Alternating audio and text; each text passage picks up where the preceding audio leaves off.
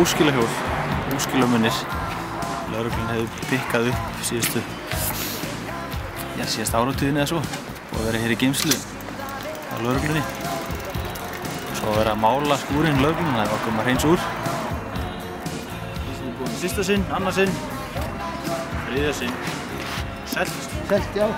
Þá spurði hvort ég annar 100 kall. Já, ég myndi segja að fólk hafa gert því reiðværi kaup. Sumir sniðir sem keyptu mörg, kannski 3-4 einu og svo kannski setja þetta saman. Það kom eitt gott hjól, sko.